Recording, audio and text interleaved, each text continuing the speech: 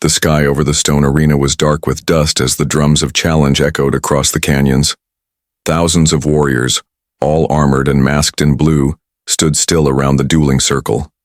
At the center, the ground was cracked, scorched by years of blood and flame. No one spoke. No one dared. Elira stepped forward. She was the youngest war leader in her clan's long history. Her skin was blue like the others, but her eyes burned with something deeper. Her armor was covered in old marks and glowing runes, especially the sword in her hand. The blade pulsed with ancient fire, the kind only passed down through bloodlines. It had chosen her. It listened to her. Or so she thought. Across from her stood a man with no armor that matched theirs. He wore heavy boots, old-world leather, and his sword was just iron. A human. His name was Kale, and he had arrived from the stars only 3 days ago asking for water. The clan had laughed, then taken him prisoner. But when he stood his ground against 5 guards with nothing but his fists, the old matriarch demanded trial by combat. No human had ever stepped inside the sacred dueling circle. No outsider had ever survived a fight with a blooded warrior of the Ember clans. Now they stood facing each other. The air crackled. "You still have time to kneel," Elira said flatly. Kyle shook his head. "I came here for peace, but if you make me fight, I won't fall easy." He didn't raise his sword in anger. He just waited. Calm. Focused. Elira felt something strange stir in her chest. She ignored it. The crowd began to stomp and hiss. The duel had begun. She rushed in with trained speed, her blade moving in a red blur. He dodged left, twisted, then ducked. He was fast, smarter than she expected. But he was still just a man. She cut him across the palm in a single swing. Blood sprayed onto the sacred ground. Kale stepped back, holding his hand, but never dropping his sword. And then something happened that no one understood. Elira's sword screamed. The runes along the blade flared brighter than ever before. Symbols that had not glowed in 1,000 years lit up like fire. The sword vibrated, humming as if it had tasted something ancient. The red light spilled across the arena. Elira froze, eyes wide. Her grip tightened on the hilt, but the sword now felt heavy. It was as if it had chosen something, or someone. Then came the sound of movement behind her. She turned. Her warriors, her clan, 1,000 strong, were kneeling. One by one, they dropped to their knees, heads bowed low. The drummers stopped. The winds fell still. A whisper traveled through the silence like a breath of old truth. Kale looked around, confused. "What's going on?" he asked. Elira didn't answer. She couldn't. Her mind raced, remembering the stories. The last time the blade lit up like this, it was when the first flame-bearer rose. And he wasn't one of them either. The blade, passed down through generations, was said to remember the fire of its true master. And today, it reacted, not to her blood, but to his. She stared at the cut on his palm. A single line of blood. That changed everything. The sword's hum lowered to a soft rhythm like a heartbeat. Kale stepped forward carefully. "I don't know what this means," he said, "but I didn't come to conquer you." Elira lowered her sword, her voice a whisper. "No, but the blade might have chosen you." Around them, the warriors remained bowed. Not to her, but to him. And for the first time in her life, Elira felt the ground shift beneath her, not because of fear, but because something far older than her had just awakened, something the clans had forgotten. But the sword had not. Kale stood quietly, as the sea of alien warriors remained kneeling. The red glow of the sword had faded, but the memory of it still hung in the air like smoke after fire. He didn't understand their customs, their runes, or why they were treating him like someone important. All he knew was that the moment his blood touched the blade, everything changed. Elira still held the sword tightly, but her expression was different now. Gone was the pride and challenge. Now she looked uncertain, maybe even afraid. She slowly turned to her people who still had their heads bowed. One of the elders stepped forward from the crowd. His face was marked with dozens of clan runes and his back was bent from age. His voice, however, was strong. "The Blade of Ember has not sung for generations," he said. "Not since the time of the first flame-bearer." Elira answered, her voice low. "It sang today, for a stranger." The elder looked at Kale, then at Elira. "He carries the fire," he said, "and the blade knows it." "I am still your war leader," she replied. "Yes," the elder said, "but he is more than that now." Kale stepped forward carefully. "I didn't ask for any of this," he said. "I didn't come here to take your throne or lead your armies." The elder tilted his head. "That's what makes you worthy." Elira looked away. Her hands were shaking. She had trained since childhood for honor, to carry the sword, to lead her people. And now, with one swing, that right had slipped away. The matriarch's voice suddenly rang out from the cliffs above. "Bring him to the inner chamber." Every head turned. High above them, sitting on a stone throne carved into the wall, the matriarch watched like a hawk. Her robes were ancient and her eyes burned like embers. Few had ever spoken to her directly. None disobeyed. Kale nodded slowly, still unsure what any of it meant. Two warriors stood to guide him, but they didn't touch him. They walked beside him like guards, not for his protection, but to protect others from what he might become. Elira followed them into the canyon caves. The passageways were dark and lit by fire crystals. As they moved deeper, strange markings on the walls began to glow. They responded to Kale's presence, lighting up behind him like a trail of sparks. She watched it all in silence. They entered the chamber. It was vast and round, with a dome of glowing rock overhead. In the center stood a stone table. Resting on it was a box covered in black vines bound in iron, sealed by ancient locks. The matriarch entered last. "For hundreds of years," she said, "this box has remained shut. Only the flame-bearer can open it. And the sword has chosen him." Kale stepped closer. The box trembled slightly. He hesitated. "I'm not your savior," he said. "Neither was the last one," the matriarch replied. "He was a wanderer, a builder, a man of peace. But when the time came, he lit the skies." Kale reached out. As his fingers touched the lid, the iron locks broke with a hiss. The vines shriveled, and the box opened with a deep, echoing sigh. Inside was a sphere of molten stone, gently pulsing. It looked alive. Elira stared at it. She had only heard stories of the Ember Core, a piece of the star that had birthed their people. A power so old, so dangerous, it had been locked away. The core pulsed brighter as Kale lifted it. He didn't burn. He didn't tremble. He simply held it like it belonged to him. The matriarch bowed her head. "The flame has returned." Elira stood still, caught between duty and destiny. And she knew deep inside, this was only the beginning. Kale stared into the Ember Core as it pulsed in his hands. It was warm, not like a fire, but like a living heart. It didn't frighten him. It felt familiar, like he had carried it before, in another time, in another life. The chamber was silent. Even the matriarch, once feared by all, stood with her head bowed. Elira, however, stood still and straight, her eyes fixed on Kyle. Her pride stung. The blade was supposed to be hers, the core too. And now everything that defined her had passed into the hands of an outsider. "I don't understand this," Kale said softly. "Why is this happening?" The matriarch finally lifted her head. "The core awakens only when danger returns. Something stirs in the dark. A storm is coming, one we may not survive without the flame." Kale looked confused. "I came here by accident. I crashed near your cliffs. I didn't know any of this." "You didn't need to," the matriarch replied. "The sword remembered, the core remembered, that's enough." Elira stepped forward. "So what now? You make him king of the clans?" Kale looked at her. "I don't want to be king."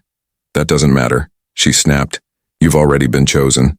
The matriarch raised a hand. "Enough." The sword has spoken, but choice still belongs to the heart. Kale, if you walk away now, we will not stop you. But if you stay, you must take the fire within you and lead. Kale looked at the ember core again. He thought of Earth, his broken ship, and the long silence of space. There was nothing left for him out there. But here, something ancient was calling him. Elira's blade had cut more than his skin. It had cut through time, through blood, through whatever fate truly meant. I'll stay, he said quietly, but I won't lead through fear. I'll help protect your people if they accept me. They already kneel, the matriarch said. Their hearts are yours. That night, fires were lit across the canyon. The warriors sang songs not heard for centuries. Some wept, others danced. Many simply watched Kale from a distance, unsure whether to be afraid or inspired. Elira didn't join the celebration. She stood at the edge of the cliffs, arms crossed, watching the flames below. Her fingers kept brushing the hilt of her blade. The runes were still dim, silent now, like they had given up on her. She heard footsteps and didn't have to turn. You shouldn't sneak up on someone who once tried to kill you, she said.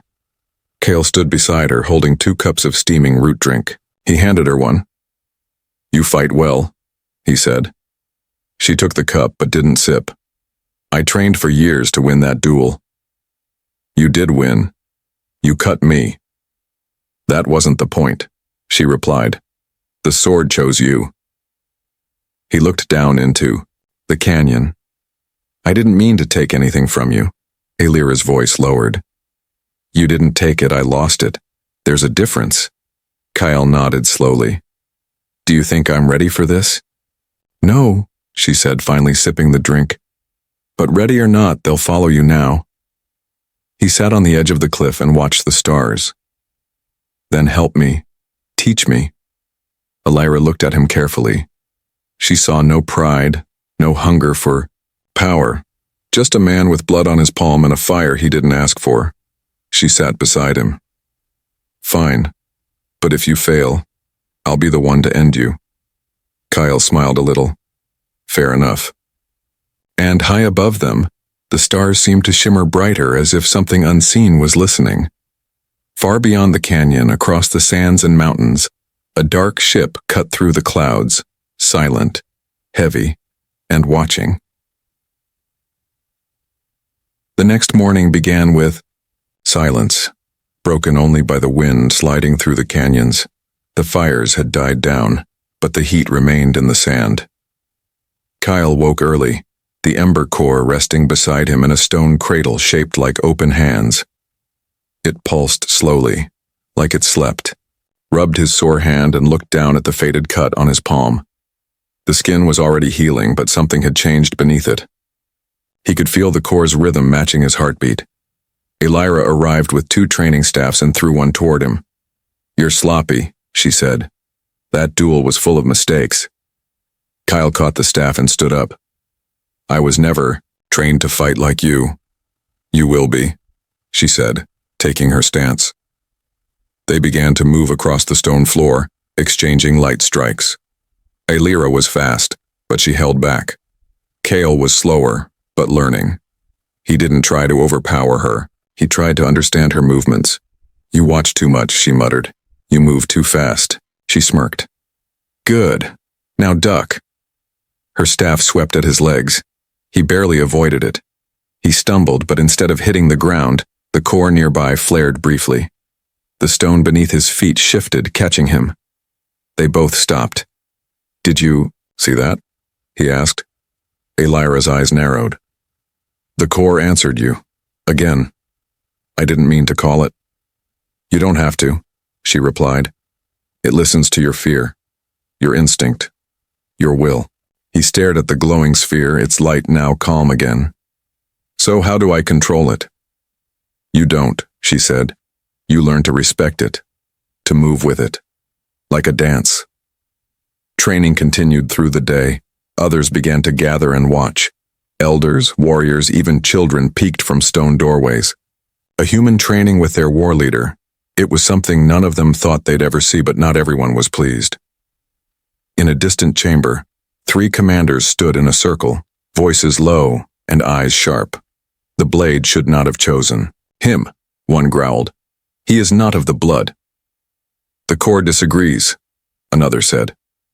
The Corps doesn't understand war, the first replied. We do. And he is weak. A shadow shifted behind them. The old war commander Volorak stepped into the firelight. His beard was silver, his armor dark with marks of many battles. If he is weak, Volorak said, then break him. The others turned. The matriarch would never allow it. She won't need to know, Volorak said. There are still trials. He must prove himself, right? The commanders exchanged looks. What do you suggest? We test him, Volorak said, eyes cold. Let the flame-bearer show what kind of fire he truly holds. That night, while Kale rested beside the Corps, Elira sharpened her blade alone under the stars. Her thoughts were a storm. She had grown to respect Kale, maybe even trust him, but trust was not enough. The clan was changing. Old powers were stirring, and in the shadows of the mountains, the dark ship that had hovered unseen now lowered onto the sand. Strange figures stepped out, tall and silent. Their armor was black, glass, their faces hidden. One of them held a weapon shaped like a bone, humming softly with stolen energy. They walked toward the canyons with purpose. The ancient flame had returned, and someone had come to snuff it out. Kale stood on the edge of the training ground, sweat dripping from his brow. For days now he had trained with Elira, learning her people's forms, their stances, their code. He was improving, but not fast enough for what was coming. He could feel the tension in the air. It wasn't just the pressure of leadership, it was the feeling of being watched.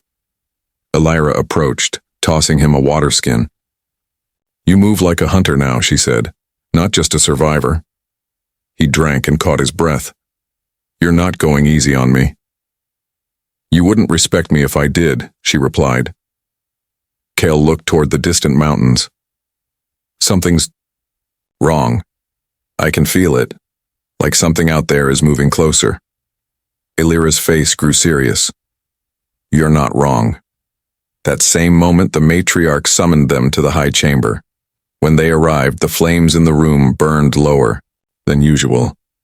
A messenger stood trembling in front of her, blood on his tunic. He bowed quickly. A scouting party was attacked beyond the Shadow Ridge. No survivors. We found only ash and melted stone. Was it raiders? Elira asked. The matriarch shook her head. Raiders do not melt armor or erase footprints. Kyle stepped forward. You said the Corps only awakens when danger returns. Is this the danger? The matriarch turned to him. Long ago, we fought beings that wore shadows like armor and fed on the energy of worlds. They were defeated by fire but not destroyed. We called them the Hollow. Kale's chest tightened. You think they're back? They never truly left, she said. They only waited for the fire to return. Later that night, the sky turned red near the horizon. Smoke rose from the outer cliffs. The warning horns echoed across the land. The Hollow had arrived. Warriors scrambled to take positions. Children were rushed underground. The ancient gate of the canyon was sealed with heavy slabs of runestone. Kale stood beside Elira at the front line, both wearing full armor. The Ember Core had been returned to its place of protection, but even from a distance, Kyle could feel its pulse growing faster. The Hollow warriors appeared at the edge of the firelight. They were tall, silent, and impossible to read. Their black, glass armor shimmered like oil, and their weapons looked like they had been carved from bone and lightning. Elira whispered, They're testing us. They want to see how strong the flame-bearer is. As if hearing her, one of the Hollows stepped forward and raised a clawed hand. From behind, a creature was dragged out, one of Elira's scouts. Alive, barely breathing. Kale narrowed his eyes. They want to trade a message for a life. The Hollow warrior placed something in the dirt, a stone cracked and glowing with a sickly green light. Then it let the scout fall and vanished into the shadows. Kale rushed forward and carried the scout back. The man's voice was weak. They said the fire must be surrendered, or everything will be taken. The stone on the ground vibrated with dark energy. Elira stepped closer to examine it, but the matriarch quickly shouted from above, "Don't touch it!" Kyle backed away, pulling Elira with him.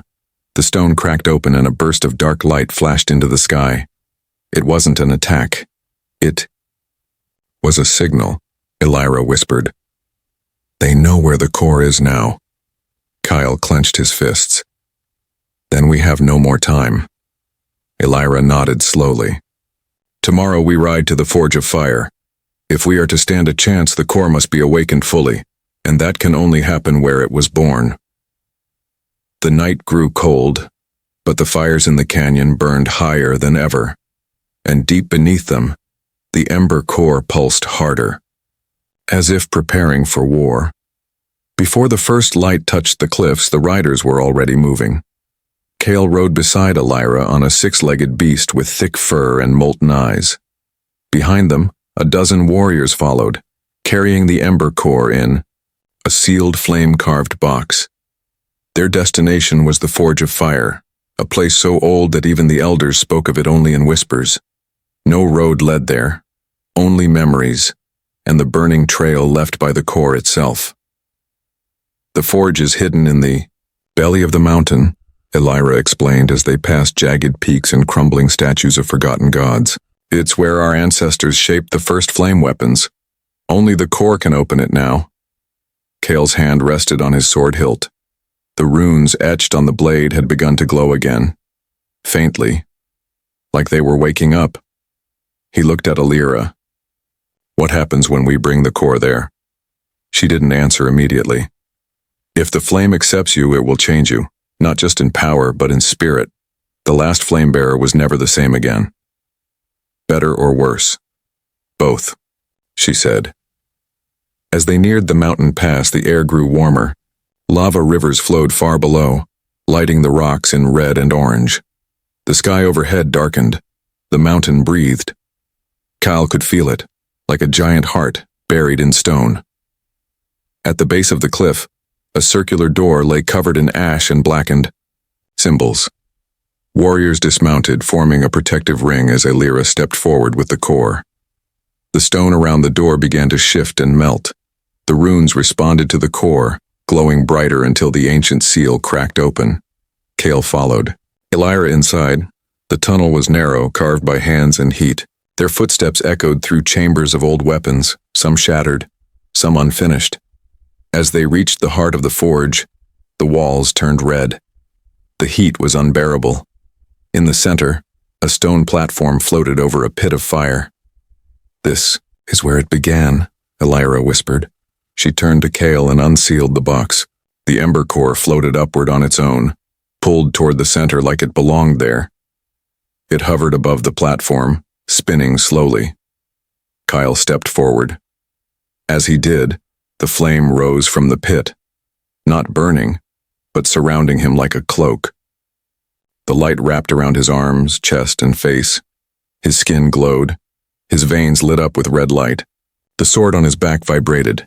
He heard voices, not outside but within. Memories, a battle in the stars, a burning world, a warrior holding the same core, standing against darkness. It wasn't just power. It was memory passed through fire. "Kale," shouted as the light entered him. His hands trembled, his eyes burned. He fell to his knees and the flame pulled into his chest like a final breath. Then silence. Elira rushed to his side. "Kyle!" He opened his eyes. They were no longer brown, but burning gold. "I saw them," he said quietly. "The hollow. I saw what they did, what they took." "What did you see?" "They're not coming," he whispered. "They're already here, inside the mountain." Before she could speak, the walls around them shook. From the tunnels behind, strange howls echoed. Metal scraping stone, voices like broken wind. The hollow had followed them. Outside, the warriors had already drawn weapons. Shadowy shapes moved through the firelight, silent and quick. A terrible sound like cracking bone filled the air. Inside the forge, Kale stood slowly, flame still dancing across his arms. He turned to Elira. "We make our stand here." She nodded, drawing her rune blade. For the flame, she said. For all of us, Kale replied. And as the first hollow stepped into the light, Kale raised his sword. The mountain was no longer sleeping. It was awake. The ground shook as the hollow spilled into the forge tunnels like a black wave. Their armor reflected no light. Their weapons glowed with stolen energy, crackling with each movement. They made no sound, no cry of war. They simply marched, cold, perfect and unstoppable. Kyle stood at the edge of the platform, his sword blazing. Fire ran up his arms like veins of living flame. His breathing slowed as the heat from the ember core filled him. Elira stood at his side, her rune blade glowing like molten glass. For the clans, she whispered. Kyle nodded. For the light. The first wave of hollow attacked. They came fast, blades spinning, shadows flickering behind them. Kale met them head on, his blade slicing through black armor like it was cloth. Fire erupted with every strike, pushing them back. Elira danced beside him, her movements sharp and perfect. She had trained her whole life for war, but never had. She fought with someone the sword itself had chosen. Kyle wasn't perfect. His steps were rough, his swings sometimes wild, but the fire guided him. Every time he stumbled, the flame lifted him. When he struck, the blade burned brighter. When he blocked, sparks flew in all directions. The hollow began to fall, their black bodies turning to ash, but more kept coming. Outside the chamber, the Iad warriors of the Ember clan fought in the narrow tunnels, using flame staffs and molten arrows. The hollow pushed back hard, their silence more terrifying than any scream. Volarak, the old war commander, held the western passage with a team of young fighters. For all his doubts, he now fought like a lion. "Hold the line," he shouted. "If we fall, the flame dies." But they were being overwhelmed. Inside, Kale's strength began to fade. His vision blurred. His body was still human, still weak compared to the energy coursing through him. The ember core flared behind him, brighter. Now, sensing the danger, Kale fell to one knee, his sword trembling in his grip. A hollow warrior raised its weapon for a killing strike. Elira spun in, blocking the attack just in time. "Stay on your feet," she yelled. "I can't," he gasped. "It's too much." "You're the flame bearer," she snapped. "Act like it." The hollow attacked again, this time in pairs. Kyle forced himself up. He focused not on the fire, but on her. Elira. Her strength, her fire. Her voice in the storm.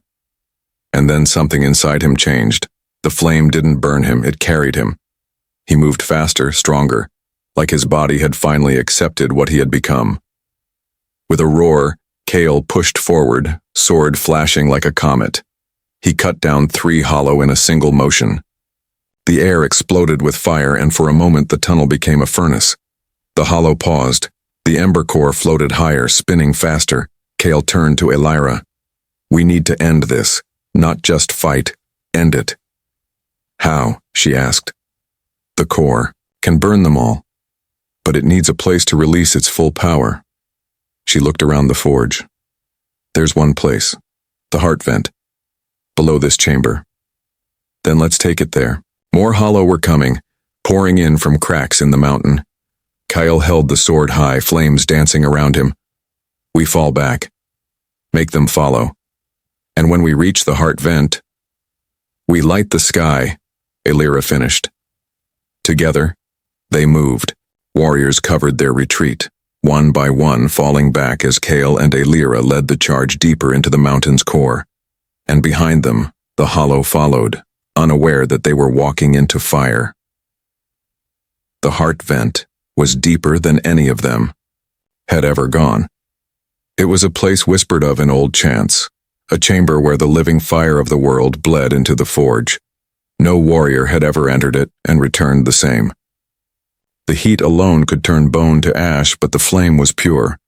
It was the source of all ember weapons. It was power beyond control. Kyle led the way, holding the ember core tight to his chest. It pulsed with greater speed now, as if eager, no, desperate, to return home. Elira moved beside him, her sword still glowing though its runes had dimmed. Her armor was scorched. Her breath was heavy, but she had not fallen.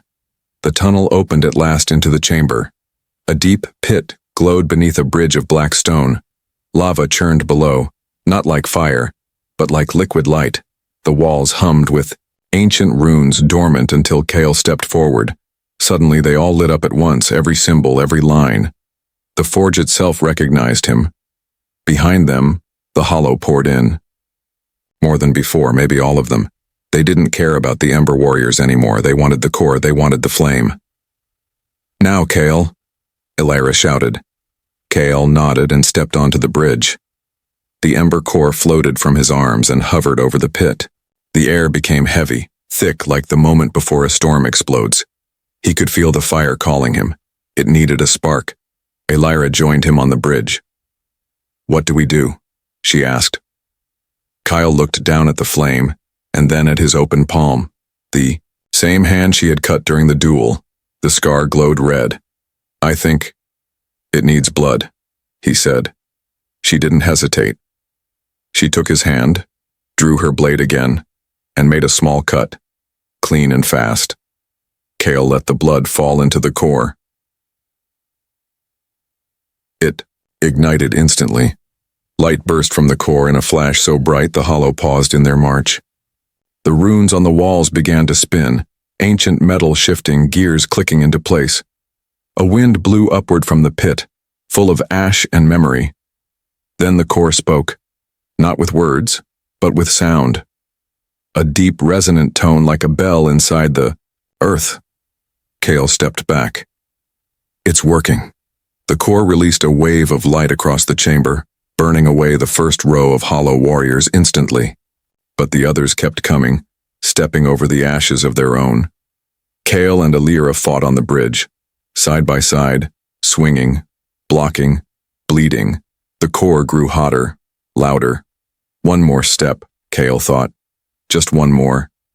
He looked at Elira. "You need to go. I'm not leaving you." "You have to," he said. "The core is almost ready, but it's going to explode. It will burn everything in this chamber, including me."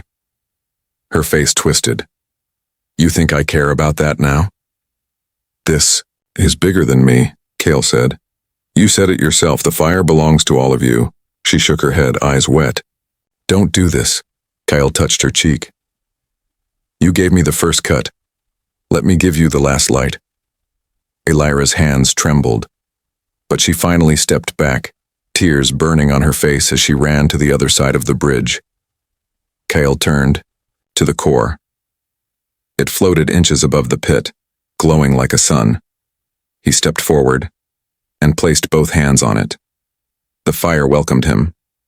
The hollow rushed forward, sensing the end.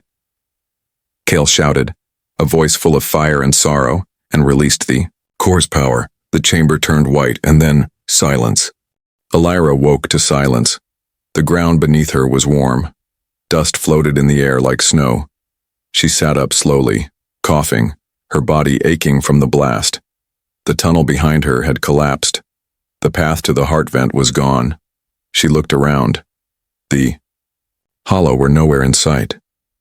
Only ash remained, black and fine like crushed bone. The stone glowed faintly beneath her boots.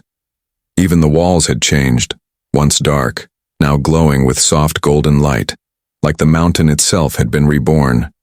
She called out, "Kale?" Nothing. Her voice echoed, swallowed by the new silence. She ran through the narrow chambers, past shattered weapons and melted walls. The bridge was broken now. Half of it collapsed into the lava pit below. The core was gone. The pit no longer burned. It glowed gently, calm, like it had finally rested, but Kale was nowhere to be seen. "Kale," she shouted again. No answer. Only a small object near the edge of the pit caught her eye. She walked forward, heart pounding, and picked it up. His sword. The same one he'd carried since the day he arrived. Plain, iron forged, but now glowing, faintly with runes that hadn't been there before. Her hands shook as she held it. She sat down beside the pit, eyes stinging. "You said you didn't want to lead. You said you just wanted peace." She smiled, even through the tears. "You liar." Behind her, footsteps approached, It was Volorak, limping, burned, but alive. His eyes were wide with disbelief as he looked around. "This place," he whispered. "It's changed." Elira stood slowly. "The hollow are gone, burned by the core." "And Kyle?" Volorak asked. She didn't answer. She held up the sword instead. Volorak lowered his head. "He gave us everything." Elira looked at the glowing runes. "He gave us back the fire." They returned to the surface hours later. The sky above the canyon was clear, blue and open. For the first time in memory, no smoke covered the peaks. The Ember clan gathered silently as Elira walked through them, carrying Kale's sword in both hands. No words were needed. They all understood. The matriarch stepped forward, her eyes wet. She bowed her head. "The flame-bearer has returned to the fire." Children placed glowing stones along the canyon path. Warriors lowered their weapons in respect. Old songs were sung, songs of sacrifice, of fire and light, of those who became more than warriors. Kale had come from the stars, lost and broken. And now, he was legend. But Elira felt something deeper in her chest, a quiet hope, and something else. A whisper in her blood, in the runes of her sword, as if the fire hadn't left completely, as if it had become something more. That night she sat alone on the cliff's edge, Kale's sword beside her. The stars above were bright. She watched them, remembering the way he spoke, the way he fought, the way he looked at her. Not as a warrior, but as an equal. She didn't cry anymore. She just listened, and in the wind a voice seemed to echo. Soft, familiar. Not the end. Her eyes widened. She stood staring out into the stars. Far away, something moved. A flicker of light, a trail of fire cutting through the sky. Elira's hand moved to the sword. Maybe the core hadn't destroyed him. Maybe it had changed him. She didn't know. But her heart beat faster, because the fire was still out there, waiting. 1 year passed. The Ember clans rebuilt slowly, but they were no longer the same. The old rules faded like ash on the wind. The warriors no longer kneeled for bloodlines, they kneeled for honor, for action, for those who carried fire not in their name, but in their heart. Elira became their leader, not by vote or force, but by quiet trust. She had fought beside the flame-bearer. She had seen the core awaken. She had watched the mountain bleed fire and come out alive. And every night, she still sat by the cliff's edge with Kale's sword. It now rested in a special stone cradle carved with glowing runes. None could lift it, not even Elira. The sword had grown silent like it was waiting. The sky above their world remained calm.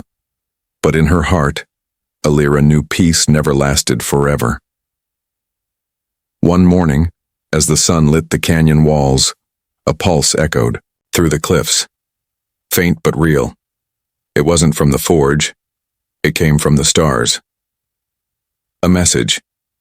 She rushed to the old temple where the elders kept the skysite stones. For generations the stones had been quiet, dead. But now they hummed, glowing with a soft golden rhythm. The matriarch, older now, weaker, sat nearby. She opened one eye slowly. "He lives, doesn't he?" Elira nodded. "Somewhere out there." "The core never destroys," the matriarch said. "It remakes." They followed the pulse, across the canyon, beyond the ridges, through sand and fire, to the very same place where Kale's ship had crashed all those months ago. There, resting in the sand, was a new crater. At the center, something gleamed. Not a person, not a ship, but armor. Human-shaped, glowing faintly, empty, yet warm. Elira touched it carefully. Her fingers trembled. As she pressed her hand to the chest plate, the runes lit up. A voice echoed from within. It was his. "I am flame now, but not gone." She stepped back, eyes wide. The armor pulsed again. I walk worlds. Beyond yours, I carry the fire to those who have none, but my blade remains with you. Elira turned to look at the sword on her back. It was glowing again, alive. The voice continued, when the hollow rise again, and they will, you must stand, not as one warrior, but as many. Train them, unite them, prepare them. The message faded. Silence returned. But something had changed in her. She looked to the skies, not with grief, but with purpose. She returned to the clans that day with the sword held high. Her voice rang through the canyon. Kyle is not dead.